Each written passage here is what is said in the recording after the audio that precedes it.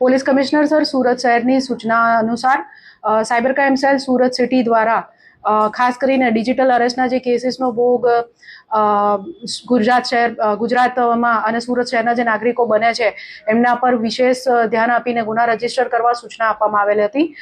તે અંતર્ગત એક રિટાયર્ડ મહિલા નિવૃત્ત અધિકારીની અત્રે અરજી મળેલ હતી,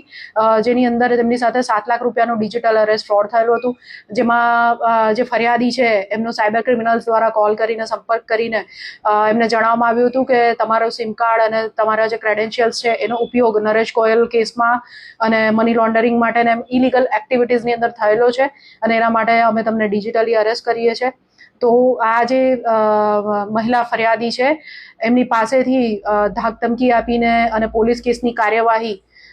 અને સમાજમાં બદનામી થશે એવો ડર બતાડીને 7 લાખ રૂપિયા જેટલી અમાઉન્ટ અલગ એક અકાઉન્ટમાં ટ્રાન્સફર કરવામાં આવી હતી.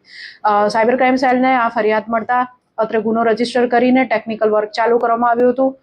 જેમાં જણાઈ આવ્યું કે આ જે 7 લાખ રૂપિયામાંથી એક અકાઉન્ટ મથુરા યુપીનું છે, જેની અંદર 4 લાખ રૂપિયા જેટલી અમાઉન્ટ ગયેલી છે અને ત્યારબાદ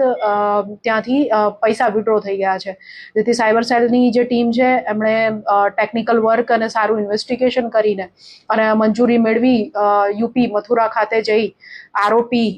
સંતોષસિંહ હાકિમસિંહ બદનસિંહને ધરપકડ કરી છે. સદર આરોપીએ પોતાનું અકાઉન્ટ જે છે એ પોતાના મિત્ર ઓળખીતાને આગળ કમિશન ઉપર ભાડે આપેલું હતું અને એકાઉન્ટમાં જે સાયબર ક્રાઇમના પૈસા એનામાં આવ્યા એ અન્ય આરોપીઓને સાથે લઈને એટીએમમાં જાતે ઉપાડવા ગયેલા અને ઉપાડીને પૈસા આગળ આપેલા છે. આગળ જે તપાસ દરમિયાન જે નામો ખુલેલા છે એ પુષ્પેન્દ્ર ગોલા રહેવાસી મથુરા યુપી અને નઈમેશ ચૌધરી જે એકાઉન્ટ હોલ્ડર અને આરોપી સંતોષસિંહના ઓળખીતા છે. એમને અંગે એ નાસ્તા ફરતા આરોપીઓ છે અને એમને પકડવા માટે કાર્યવાહી સાયબર ક્રાઇમ સેલ દ્વારા હાલ કરવામાં આવી રહી છે.